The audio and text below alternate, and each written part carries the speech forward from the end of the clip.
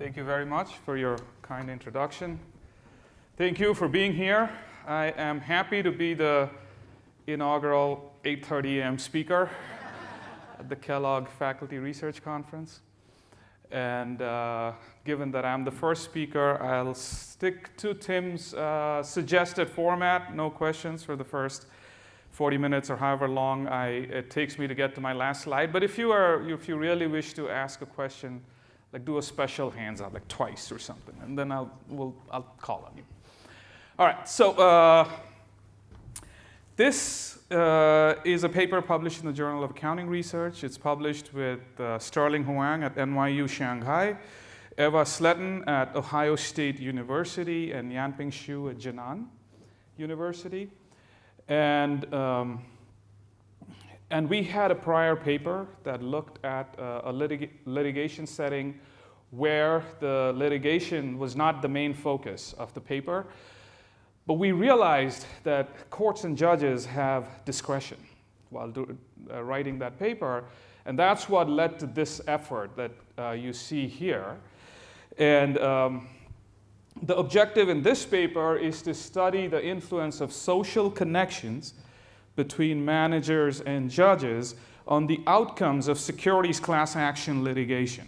Right? Now, most of that is English, but securities class action litigation is a little technical. So just to put everyone on the same page, class action lawsuits are those that are filed by investors of the company against the board of directors or management. And the typical allegation there is one of attempts to mislead investors, particularly with a goal to inflate the stock price, and which can then cause investors harm when the stock price corrects eventually. And there's a revelation that there were attempts to mislead. So that's scale for you. Now, the typical plaintiffs are shareholders, and then the big guys. So the pension funds, the mutual funds usually become the lead plaintiffs, and the defendants are the firms themselves, or they are executives of the firm that the shareholders could specifically name. All right, so the primary findings of the paper, remember our objective is to look at social connections between judges and managers at the sued firm. So when I say executives, I'm using that a little loosely. It's managers and directors. So these securities class actions are often referred to as Rule 10b-5 lawsuits because that's the section of the Securities Exchange Act they're filed under. So in that litigation, when judges and managers have social connections, and I'll explain what I mean by social connections, the lawsuits have a higher dismissal likelihood. They'll have lower case durations and lower lawsuit payouts, right? So I will explain this to you later. These are all defendant-friendly outcomes, okay? All right, so we borrow from and we contribute to three relevant literatures. So the first one is the role of class action litigation in disciplining disclosures. And this is what the accounting literature does, right? This is what our field is good at. We understand the disciplining role of litigation. And but then when we started working on the paper, we realized we had to borrow on the legal and political science literature on judicial biases and also the social connections literature that's developed in economics and finance. So first, the stuff we're good at. We understand this. So the literature's main point, and I'll just give you the main point, is that litigation serves as an ex post settling up mechanism that disciplines managers ex ante. So if managers have incentives to mislead with overly optimistic statements, they are aware that they can be taken to court later. So that litigation risk disciplines managers' choices ex ante. That's the main point of this literature. I have work in this. The Huang et al. Paper is mine. But including me, the literature generally tends to assume that the courts work as intended. I'm not doing this. So I didn't do that either. So the judicial How do I go back?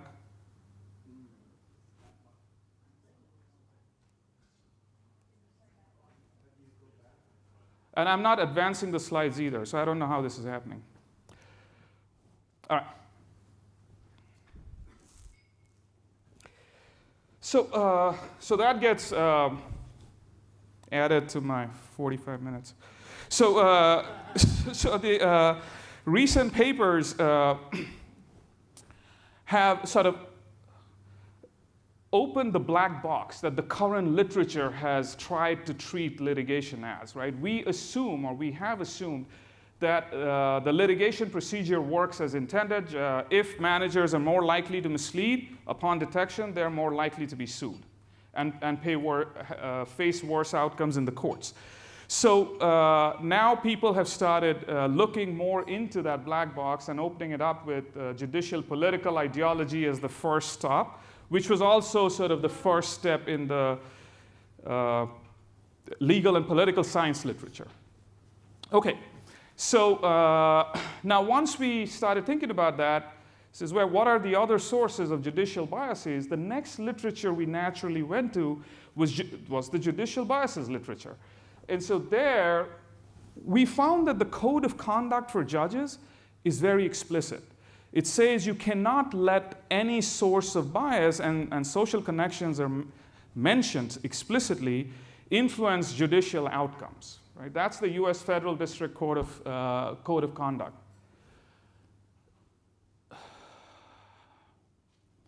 So now Nugent has this paper where he talks about how judges in principle can be aware of their biases. So he had a survey of judges, and the judges said, of course, we are aware of our biases, and we condition ourselves to be impervious to these biases, right? So they were very confident that they're not biased. They can also recuse themselves, and Nugent points that out, but here is the catch. Judges inherently deal with very ambiguous situations. There is no established guideline for sentencing. There was an attempt to establish one, it was taken away. Biases could be subconscious, right? And there is this recusal versus duty to sit. And to give you an example, this well-known case of Antonin Scalia and Dick Cheney, God bless his soul, they went on vacation together before Scalia was already scheduled to sit on a case, the case being Cheney versus the United States, right? And so the media picked up on it, and Scalia's response was, well, I am the sitting judge, and I have a duty to sit. I wouldn't recuse myself. Plus, our duck hunting doesn't influence my judgment on the case. And he sat on the case. And that was okay. And he ruled in favor of Dick Cheney, and that was okay, right? So, so that's sort of a very well-publicized case, if you will. Now, the disparities that you get in judicial decisions, right, that they are very significant. And when judges do not recuse themselves, you worry that that discretion may lead to biases. So Kahneman, in his book Noise, talks about how disparities in how if you take the same case and give this to a sample of 40 judges, they'll come up with widely varying decisions and sentences, right? And the biases are where you would expect the biases to be. Race, gender, religion are the primary sources of bias, and then other factors like socioeconomic status, even physical appearance, or group membership have been demonstrated to play a role in judicial outcomes. So our goal is to study what is the role of social connections, which brings us to the social connections literature, right? And so here, this literature has evolved in econ and finance, and one of the papers we relied on a fair bit while writing this one is Cohen, Frizzini, and Malloy in the Journal of Political Economy. They define social connections as a network structure with nodes that are connected through social relationships, where the relationships could range from casual to being friends, so, or family, so close bonds, right? And we all understand social connections at some intrinsic level, but the literature has sort of gone about it with, through educational links, club membership, common conference attendance, shared employment history, shared hobbies, etc. Right? So that's been the way people have tried to identify connections. The findings in this literature are twofold. Either they can make information transfers easy. So social connections facilitate information transfers. So between the firm's top management and mutual fund managers, financial analysts, lenders, divisional managers. And then the other type of evidence out there is this quid pro quo or forbearance, where the easiest example is acquirers and targets, where if the CEO of the acquirer is socially connected to the CEO of the target through one of those channels I spoke about earlier, then you see that the acquirer pays a lower premium and the target management gets to stay on in the merged entity as management, as a divisional head of the acquired entity. So that's sort of the quid pro quo that the literature has talked about. All right, so I'm going to start talking about how we measure social connections, well, right about now. So we rely on this literature to use educational linkages. And the reason is that this is the most exogenous link that you can think of, right? It's formed way back when people have not been in their respective roles for a while, right? So that's the most exogenous source of social connections, and we require that the manager of the firm, either a top executive or a judge, were at the same school during an overlapping period, right? Same school, overlapping period. And so we look at programs that are, PhD programs, the master's programs, the general undergraduate and law school are starred because that's where many of the connections we observe are formed empirically. That's what we see. And it's not surprising given that the judges definitely went to law school, right? So, and then MBA and medical school as well. All right. Now, back to scale. So we're going to talk about how these social connections influence the outcomes of scale. So I figured I'd give you somewhat of a heads up on how securities class action litigation works. There are two types of court structures in the US. One follows the federal district courts, so the judges are appointed by the president. And they the level above them is the circuit court level, which is often known as the US Appellate Court, and then the Supreme Court. And then this is where class action litigation under the Rule 10b-5 securities law goes. Okay? Now, if you had a corporate merger case, that would actually go to state trial courts, and that would follow a different chain up the path, right? So the particulars of the court are important. So securities class action goes to the US district courts. So far, so good? Yeah? Okay. So now the process, okay? So this is where we're going to get a lot of our institutional details from.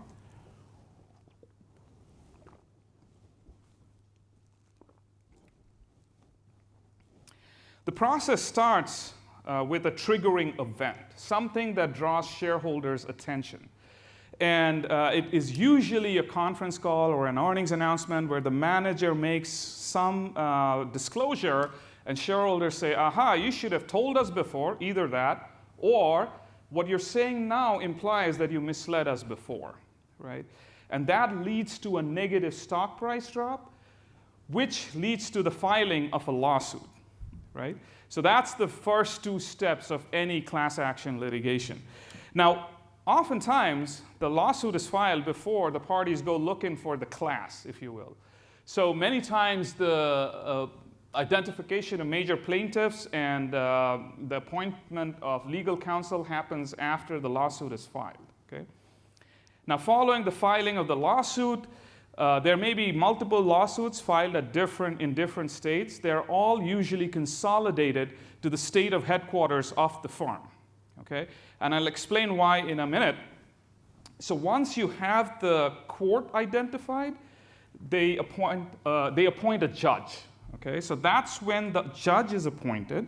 Now, importantly, the judge is appointed by random assignment. This is something that we can make use of in our setting. So random assignment this is where the recusal versus duty to sit comes in. So the judge is picked and assigned to a random case irrespective of the judge's expertise, right? And it's like an editor that gets a paper to review. An editor is probably in a well-established position. They know a lot of people. If they start refusing papers from authors they know, that's a lot of papers they're not going to be editors on, right? So the judge has a similar duty. That you have a duty to sit. You can't recuse yourself from cases unless there are specified conflicts, right? So there is that we make use of. Random assignment gives us the identification we need for whether the judge is socially connected to the manager or not and chooses not to disclose it, right? So that's a key feature of our research design. Now, immediately after the judge is selected, this is the fun part, the defendant immediately files a motion to dismiss, right? Saying that the plaintiffs can never gather the level of evidence necessary to meet the pleading standards. Now, if the judge grants the motion to dismiss, case is dismissed, right? This is the fun part for the defendant, I meant.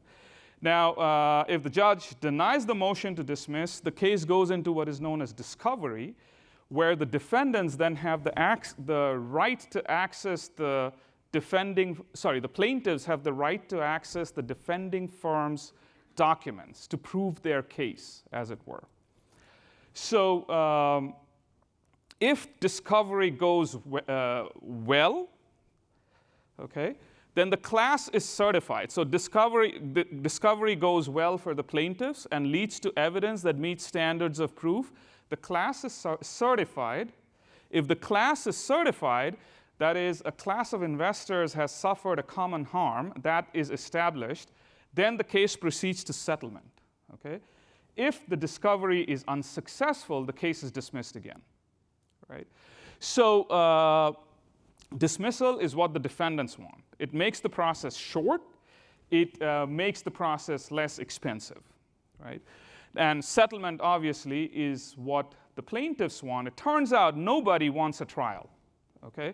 So even the plaintiffs would rather settle, where they get bigger dollars out of it, than go to trial, where they're reliant on the judge to figure out what the adequate compensation should be. All right, so let me see. All right. Now, the point of showing you all that is that SCAL is a multi-step process. And there is a very high onus of proof on the plaintiffs. And the judges get to decide whether that onus of proof has been met. You have to prove what is known as scienter, that there was intent to mislead. You have to prove that the choice of intent to mislead was deliberate, that the managers chose to make a substantial gain out of this, and stood to make a substantial gain out of their misleading investors. And you have to prove loss causation, right? You have to prove that the misleading actually caused investors harm, right? So you think we have a tough time proving causality in our research. Well, this is way tougher, right? So it's very corporate friendly. So judges hold significant discretion in this process, right? Because they can choose to dismiss the case at any point. All right. Now, you know the hypotheses I'm going to test. The litigation outcomes, going back to that chart I showed you, we look at is dismissal likelihood, trial days, or case duration is what we're going to call it. It's the amount of time the case stays in the process. So the longer, the worse it is for the defending firm. And lawsuit payouts, which is conditional on a settlement. What is the payout? And if it's a dismissal, the payout is usually low or zero. Okay? Sometimes you have to pay for the lawyer's fees anyways. Okay. So that's sort of our outcome variables. The data comes from a variety of sources. So this was the most onerous process, if you will. So getting so the good news is that Stanford maintains a database of all securities class action lawsuits. So that's where we got that data from. But then we needed executives and directors' CVs, right? Their educational details. That came from BoardX. The judges' data corresponding on the other side we got from the Federal Judicial Center. And then we needed data on the various features of the case or characteristics of the case. That came from the US District Court civil docket. That was the most time-consuming process because that's hand-collected. And other stuff, right? So we started with all security class action lawsuits. We focused on the Rule 10b5-1 because they explicitly have to do with misleading shareholders. And then we only considered lawsuits filed against US companies, so we excluded the non-US companies. We only considered publicly listed firms, so we excluded the non-publicly listed firms. And then we excluded IPO firms. So the non-US companies and the IPO firms, so this is a published paper. That was the referee's idea. So the reviewer and we disagreed on whether we should include private IPO firms or not. So we came to a compromise where we did what the reviewer wanted, right? So, but we do report that the results are robust to including these firms, the non-US companies and the IPO firms. And we also had to sort of make sure that all control variables are available because there was a lot of pushback on, this could be this could be that type pushback. So that leaves us with 1647 lawsuits. Now it's usually a lawsuit per company. That's the majority of the data. So you get 1,300 odd companies, which is pretty close to the number of lawsuits. If a company is getting sued a lot, it'll probably just disappear at some point, right? So that's why. Okay. Descriptive statistics, what I want you to focus on is that shaded part up top. This is, here's the thing, dismissal rates are over 50%, right? That tells you two things. One, how friendly the US district courts are to defendants, right? So this is established, by the way. So we knew it was high going in. I just didn't think it would be that high. And the other part that I would like to highlight is 8% of our cases are connected, right? So we wanted that percentage to be low, but high enough to give us a workable sample, right? How many times accidentally will the judge, through random assignment, be social connected to the manager, right? So it's 8% in our sample. All right, so which was workable enough. We got some results anyways. The univariate differences, if you look at those same variables, the univariate differences indicate a sharp difference in dismissal rate between the connected cases and the non-connected cases, right? So 64% dismissal rate for connected cases and 51.5% for non-connected cases. This was stark to the point where I said, we're doing something wrong. Let's just go back to the data and recollect data to make sure this difference is correct. And it just stood a lot of robustness we did on the data collection and analysis. The case durations are lower. You can see that in the univariates. Now for the tests, we logged the case duration and lawsuit payouts. So this here tells you what the economic magnitudes are. So the dismissal rate is higher by 24% for connected cases. The the second dismissal rate should be case duration. That's lower by 21%, right? That second arrow bullet. And what the last arrow bullet says is lawsuit payouts are lower by 49% for connected cases, okay? So that's just the univariates. So then we said, well, given that this is the disparity, what does the data say about do connected judges recusing themselves from these cases if the disparity is so large, right?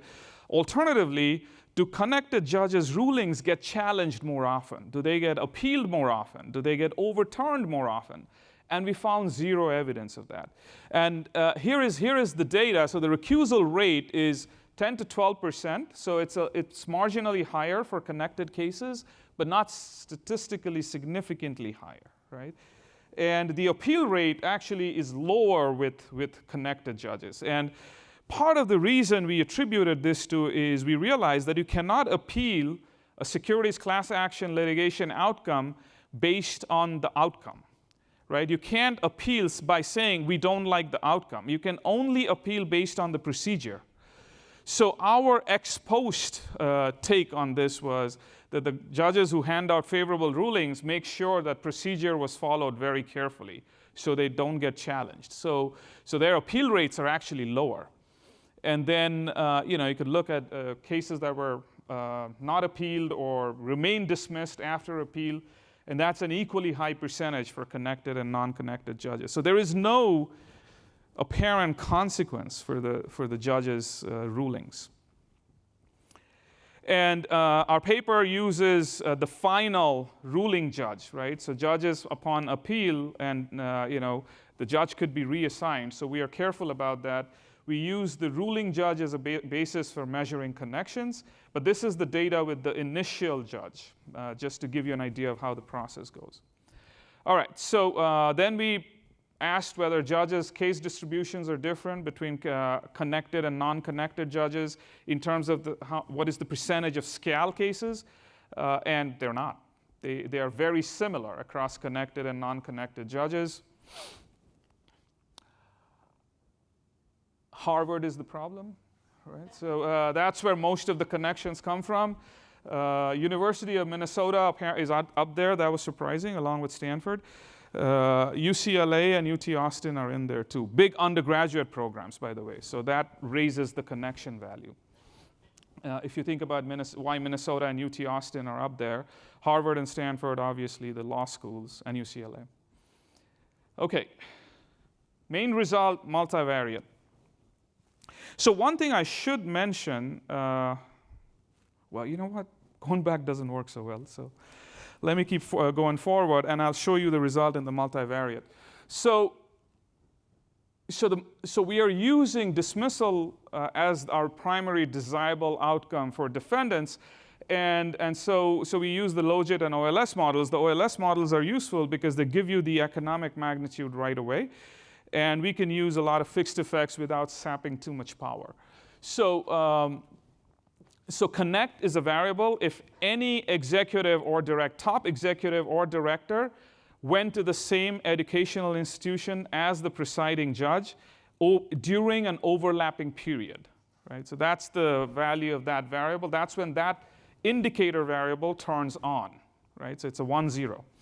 Okay, so, and you can see from the results, the OLS dismissal, so without judge fixed effects, you get an 11% difference, right? That's column 4. With judge fixed effects, which is a much stricter structure, the magnitude actually goes up, right, to 16.8%. Now, we don't carry the judge fixed effects through just because it's a very tiny sample. For judge fixed to carry judge fixed effects through, the same judge has to sit on 2 cases, one connected, one non-connected, right? And that's just too rare to get to have our regressions run. So, but we were very happy to see that the result actually got stronger.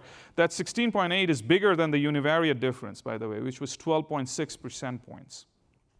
So, okay, so here are the control variables I wanted to talk to you about.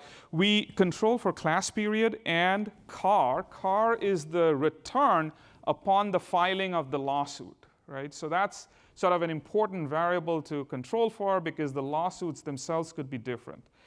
And in terms of control variables, we have control variables. I'm just going to show you what the control variables are. I'm not going to talk about them. But we have control for everything because of the comments we got during presenting the paper and in the review process.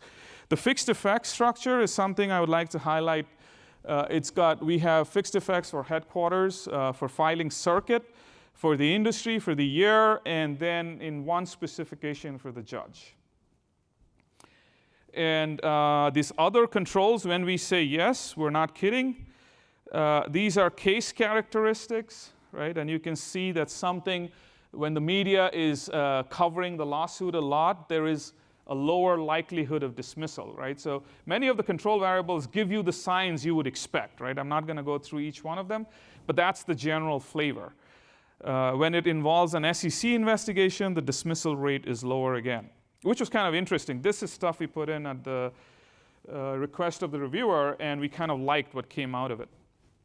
So then these are characteristics of the lawyers and the execs. So if the company has a general counsel, then the dismissal rate is higher. So there's legal expertise within the firm. And then one of the execs or directors has a law degree, tries to get at the same notion. And then these are firm characteristics. If the firm is deep pockets, bigger size, dismissal rates are lower. And then here we have judge characteristics. So in all the specifications that do not have the judge fixed effects, right? Along with state level factors. Okay, now here are the results on case duration and lawsuit payout, where we find case durations are lower and lawsuit payouts are also lower. And the economic magnitudes kind of line up with what you saw in the univariate, so I'm not going to spend time talking about them. But this is sort of circling the loop on the 3 outcome variables we are looking at.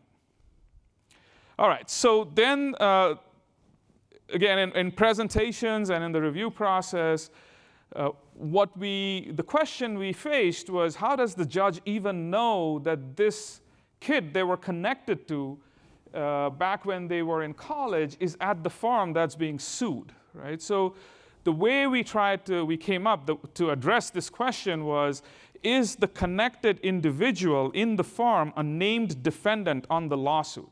Because then the judge will see it on the face of the lawsuit, right? And so that was the next test that we did. And sure enough, the results with dismissals are actually concentrated in that sample, which was pretty cool. Like, we were very happy when we saw this result. Lawsuit payout it goes down in either case, but more when the defendant, the connected individual, is a named defendant. And then there was this question of, is this just a subconscious bias, right? Are judges sort of exercising this bias because they are consciously trying to grant a favor to the connected individuals? Now, this is pretty hard to get at. We don't know what the judge is thinking, but the way we came up with it is, if the bias is subconscious, it should not matter how much media scrutiny the lawsuit received or how much spotlight the firm is typically in. Because if it's an unconscious bias, the judge should behave the same way in either case. Whereas if it's a conscious bias, then the judges should be more careful when the lawsuit's facing a lot of scrutiny and the firm is very highly visible, right? So that's the test we ran, where we are saying we should see the results amongst the less visible lawsuits and the less visible firms, because the judge is moderating their bias consciously when they are aware that the media scrutiny is high, right? So this is sort of the media scrutiny that occurs at the lawsuit filing, not at the time of the final decision, right? So we did that, and that's what we found. It's always the less visible lawsuits and the less visible firms where our results are concentrated, right? Which was kind of like, okay, so the judges know what they're doing. They moderate their bias when their decisions are likely to be scrutinized more, right? So that's the main message from this set of results. The one thing this set of results sort of also helps us with is this concern that judges and managers who have gone to the same institute share the same values. And so managers think it's okay to do something, that hurts investors, let's say. Investors sue. But judges also think it's okay to do that same thing, so they dismiss the case, right? This was the concern we were trying to address. And, well, if the judges are behaving differently across scrutinized cases versus non-scrutinized cases, that becomes less of a likelihood, right? So we kind of think this finding speaks to that issue as well.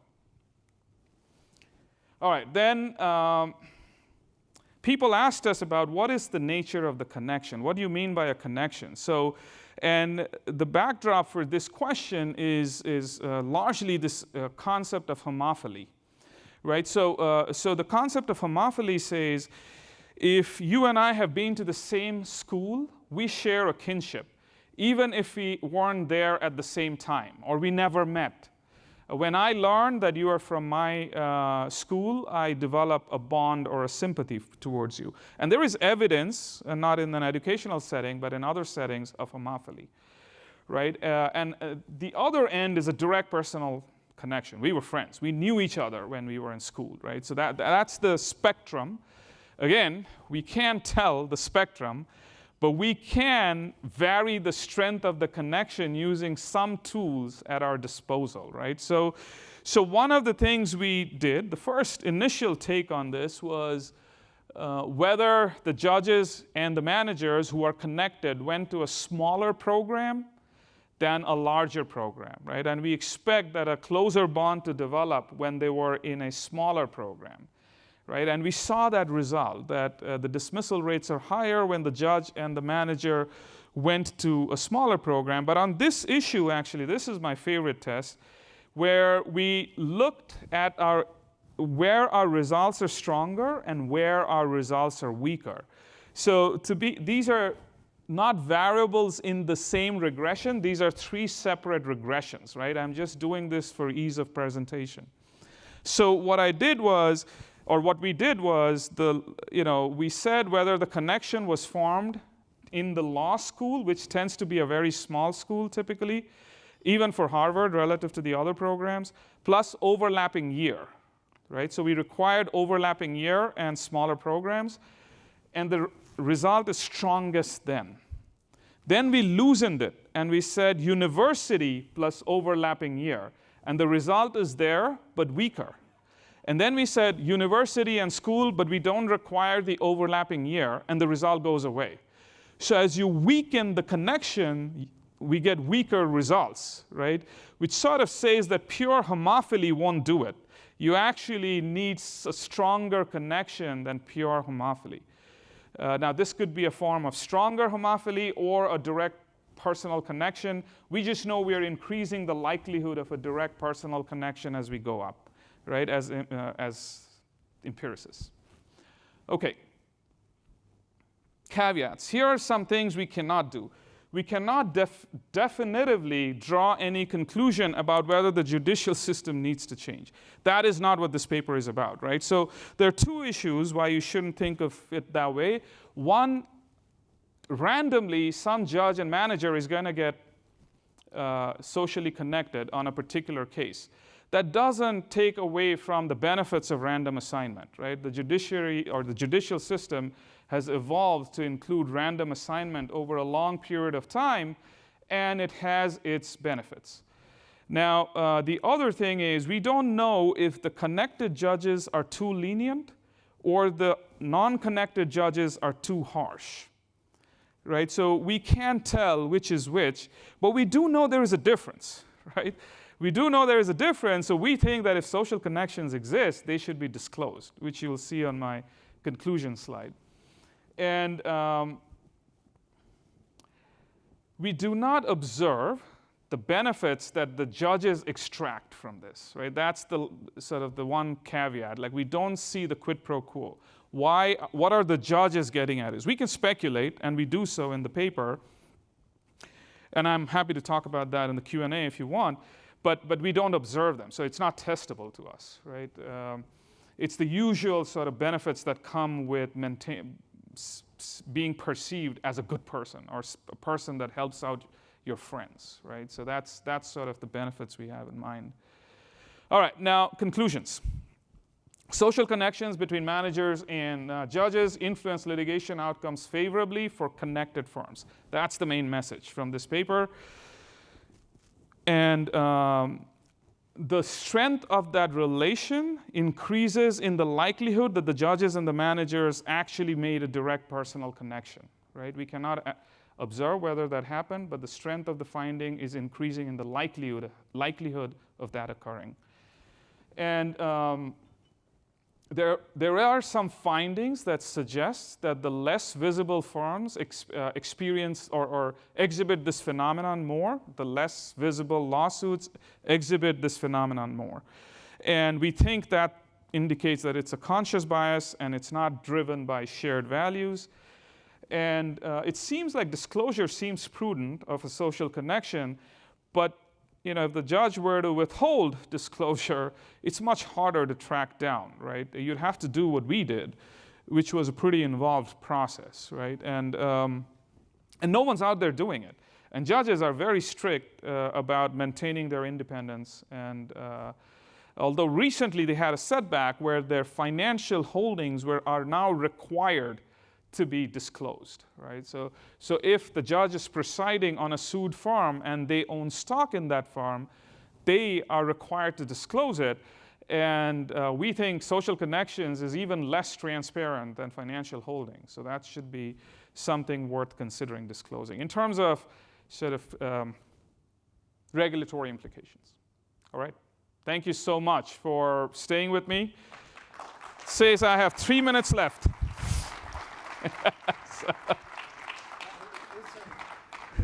That's a miracle to be done on time. Thank you, Sugata. I want to share with you the first of our editor videos. We're going to hear from Philip Berger, who's the co-editor of the Journal of Accounting Research and the Wallman Family Professor of Accounting at the Booth School of Business. And we just asked him to share about 5 minutes as his take on the paper. And then I'll turn it over to you, and you can handle questions, and we'll have until 9:40 for that. Okay, cue the video. Please. So sort of as the name of the paper suggests, what the paper looks at is whether a social connection between a judge in a case, the cases they look at are securities class action lawsuits, and they look at if the judge is connected to one or more of the managers at the defendant firm, does that appear to impair the judge's impartiality?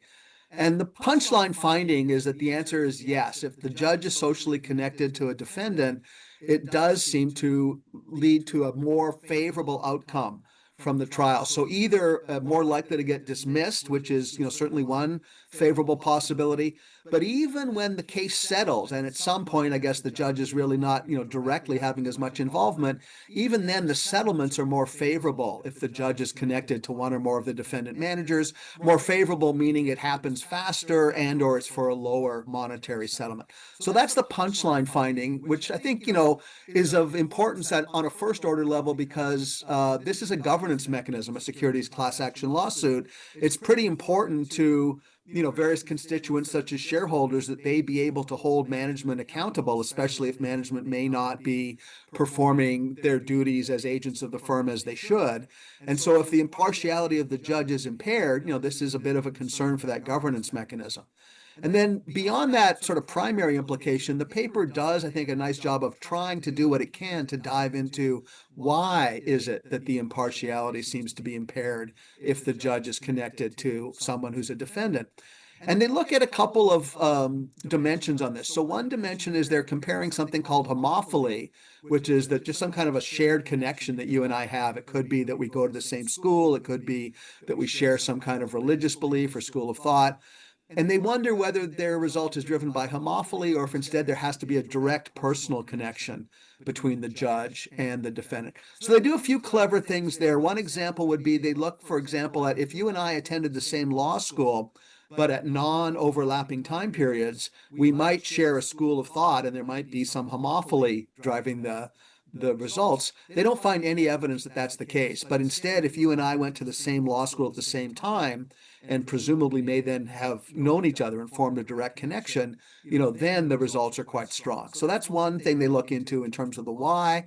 And the other one they're looking at is is this almost a subconscious thing by the judge, just kind of a bias that might be there behaviorally, or does it seem like it's more of a rational, thought-through trade-off?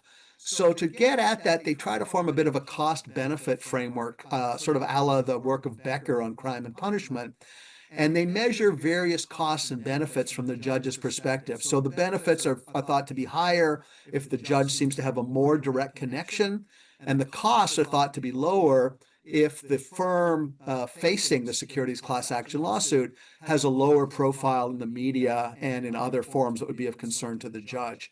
And so they find that the results seem to be consistent with this cost-benefit framework, and infer from that that it's more likely a rational choice by the judge than something that's subconscious. So I think overall, very interesting paper that has implications for, certainly legal literature, but also for governance of firms. They do a couple of things that are nice. One thing that they're able to take advantage of is they do have random assignment in this setting of judges to cases, and they're even quite careful. I mean, sometimes one worries with a relatively small sample if you're really getting the randomization that you would like, and they test this and show that they do have very good random assignment.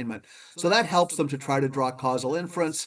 And then otherwise, they're mostly building on prior literature to say, it's very difficult to observe directly whether there actually is a connection between the judge and the defendant, but they rely on some of the same things that related literatures have used. So things like, did we go to the same law school, or do we have other indirect indicators or proxies for social connections?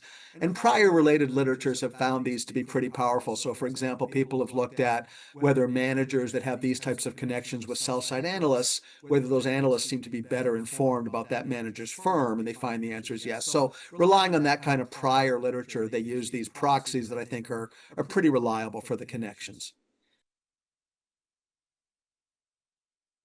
Thank you very much, Tim, for organizing this. This is wonderful. And those of you who know Phil, I was sharing with some of you, he's very capable of saying, this was my worst mistake. So Tim was kind enough to have me see the video before it's put up. And so that was reassuring that the editor is still on the same page, hadn't revisited his decision.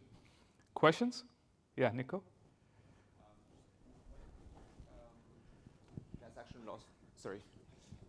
Why did you pick class action lawsuits as an environment as opposed to other forms of corporate litigation? Is it because there's more judge discretion there, or is this something you could do in other types of corporate litigation? The same sort of analysis. Yeah. So there's two answers to this question, right? So why did we go there? Well, because that's where we were. So our previous paper that I was talking about, we were already looking at securities class action lawsuits. And so this was sort of a natural question for us because we saw that a very random variable there influenced outcomes that related to judges. It was like, oh, wait a second. Securities class action lawsuits is something that we in our literature, in the accounting literature, and even in finance, we talk about all the time, right? And they are, across econ, finance, and accounting at least, there is this understanding that they have a bigger disciplining effect than derivatives lawsuits, right? So that's why we went at scale. Now, the other benefits are, you do get random assignment with all district judges, but there is a binariness to this outcome where you have dismissal versus settlement, and we can easily identify which one the defendant wants and which one the plaintiff wants. So there was that advantage that we were working with, right? So that's sort of the two main reasons. And the fact that the random assignment sort of ensures that even the SCAL case itself is randomly assigned to the judge within the subset of cases, right? So those kind of were why we went there. Does that help?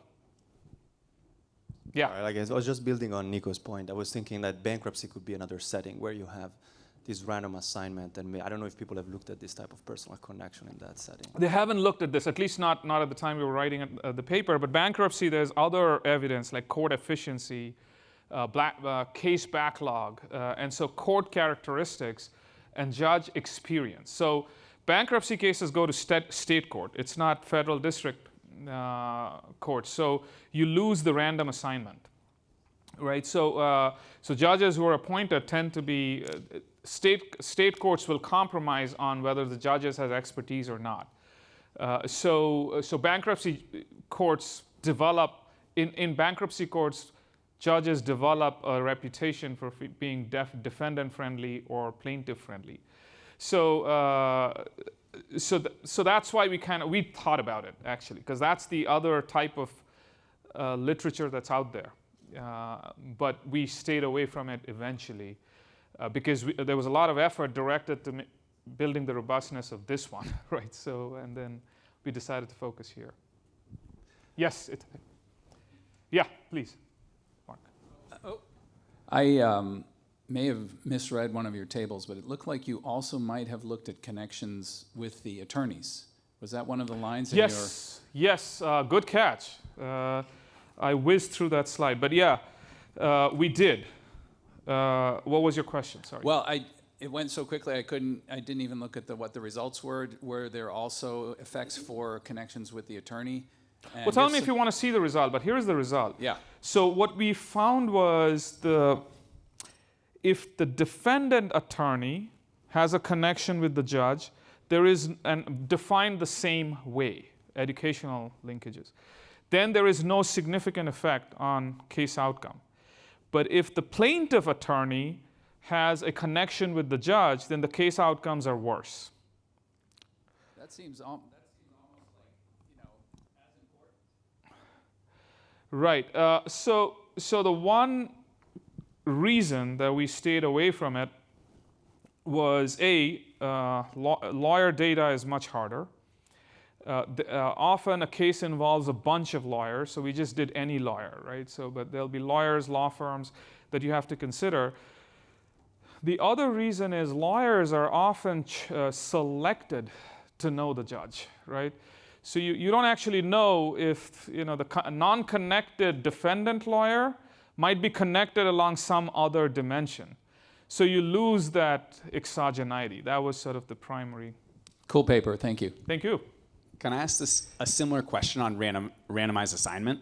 So there's another paper in like the judging literature about hungry judges, and it turns out that hungry judges seem to give longer sentences, and they claim that they right, the one after lunch before versus before lunch, yeah. And then there was a follow-up paper like a month later saying, well, actually, randomization of judges in Israel isn't exactly random, and they have some control over this, and so then they put certain kind of cases that would be easier. And so I guess I'm curious, to what degree is randomization using a Python script and like it being pure randomization, and to what degree could some people kind of put their foot on the pedal and kind of control? Well, I mean, there is some dilution of the randomization process through the recusal process, right? So there is some dilution. So the best we could do there is sort of see if recusal rates are different across the two samples, right?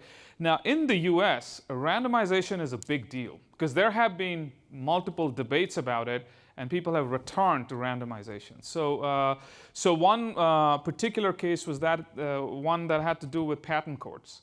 So in patents, they said, oh, if anywhere, you need judges that actually understand the technology. So they stepped away from random assignment of judges and selected based on judges and courts that were more familiar with the technology. Then they ended up with judge shopping. So the different parties trying to get a specific judge. And some guy in the Eastern District of Texas ended up getting all the patent cases because everybody knew how he would rule. So then they went back to random assignment, right? So, so random assignment is a big principle that the US courts, federal district courts, tend to stick to. Right? And so we kind of trust that process outside of recusal. So George had a question over there. Did you have your hand up, George, before? Yeah. So my question was, if you see at all, my question was whether you see companies that get sued tend to have more of those connections. No. I mean, we see them, and the answer is no. So, we thought of this, and I was like, oh, wait a second, is this some kind of endogenous misbehavior here, right? They are connected, that makes them think they can misreport more. So, and so we looked into that, and that was a table we had, which we thought was informative, but it got taken out. It might be in the internet appendix, but it's not in the paper. But we do not find that farms that get sued more or farms that misreport more, according to the SEC, tend to have more judicial connections. I don't know if I like that non-result or I don't like it, but that's the result. Okay, so wherever Katie goes, yeah, Lakshman. Yeah. Sugata, Yes. you have about 1,647 observations, right? Right. And over 8% of them have connections. Right. That's about 130 or so, right?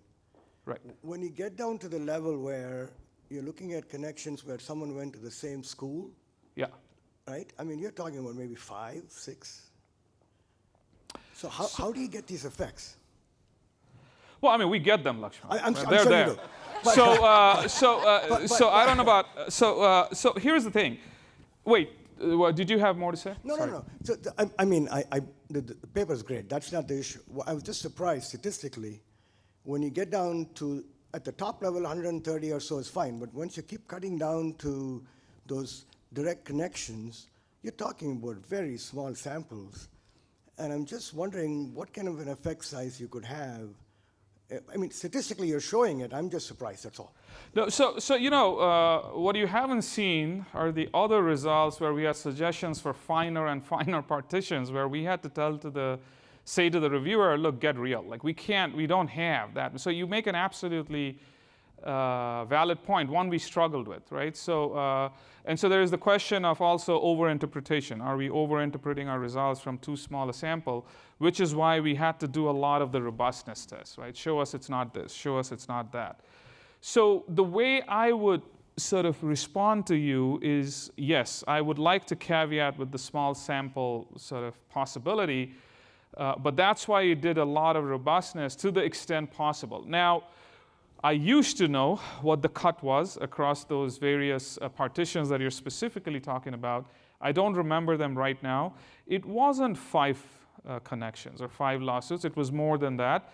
But it was not a huge number, right? So maybe 20 or 25, something like that.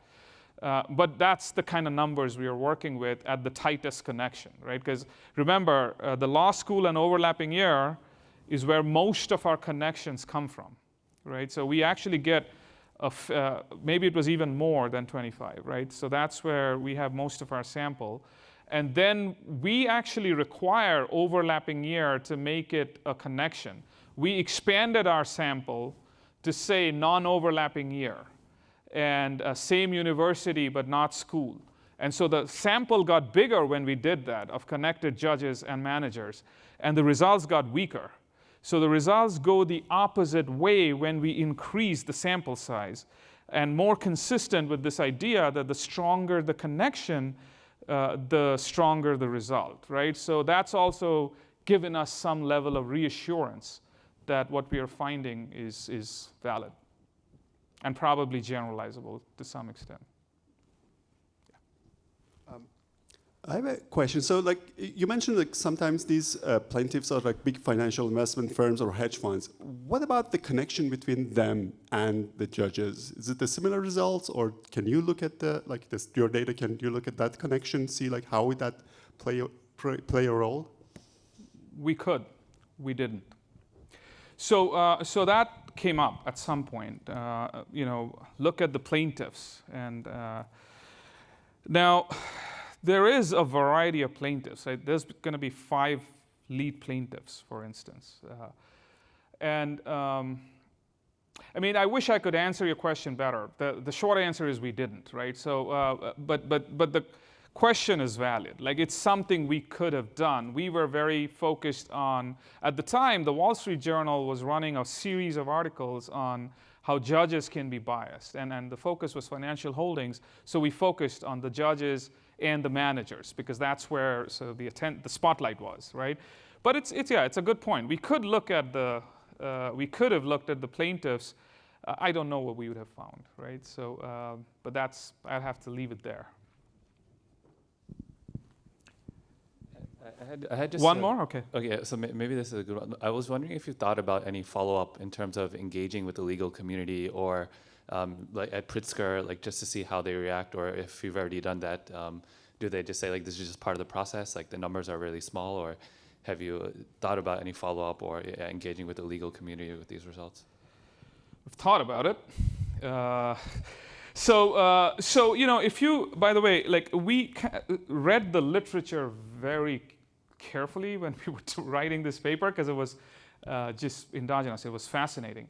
Judges are very, very strongly opined that they do not carry biases, right? So judges will always, like if you speak to a judge, and there's surveys out there in the legal literature, and they'll say, no, we're not biased, and the discretion you see is the discretion that should exist, right? And we interpret cases differently. For example, political ideology, they will dismiss right away. They'll say, we're federally appointed by the president, right? We are expected to bring our ideological biases into the rulings, right? So we never actually reached out, in part because we thought we knew what we would hear from the judges in particular. But we did talk to scholars along the way, legal scholars, right? Where I presented this paper at one school where the law school faculty were there. And so they were saying, well, we didn't know about this one. They asked why SCAL, for instance, right? Why securities class action? It's not something they have thought about much, the securities class action, because they're more into the civil torts and criminal cases, right? But yeah, I mean, that's what we could glean from there. Thank you very much. Thank you.